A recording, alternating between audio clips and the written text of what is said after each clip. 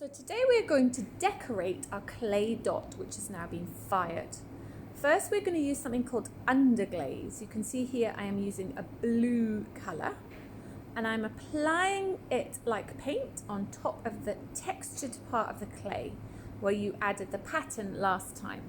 This brush is quite stiff, so I can push the glaze into all the little marks that I made. Here I am speeding up so you can see quickly. You want to paint all of this side just all over with one coat of this blue underglaze.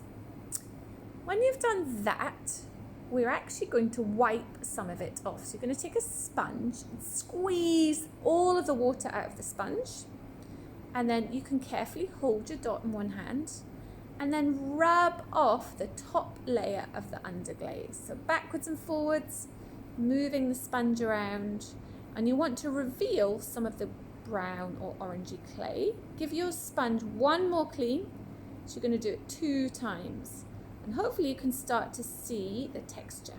Then you're going to flip it over and paint a design with radial balance. That means everything has to come from a circle in the middle. So you're going to start with a circle in the middle. You could paint lines, you could paint other circles, thin lines, thick lines, wavy lines, straight lines, zigzags. And then I'm using a cotton bud here to add some dots. I'm just dipping it in the underglaze.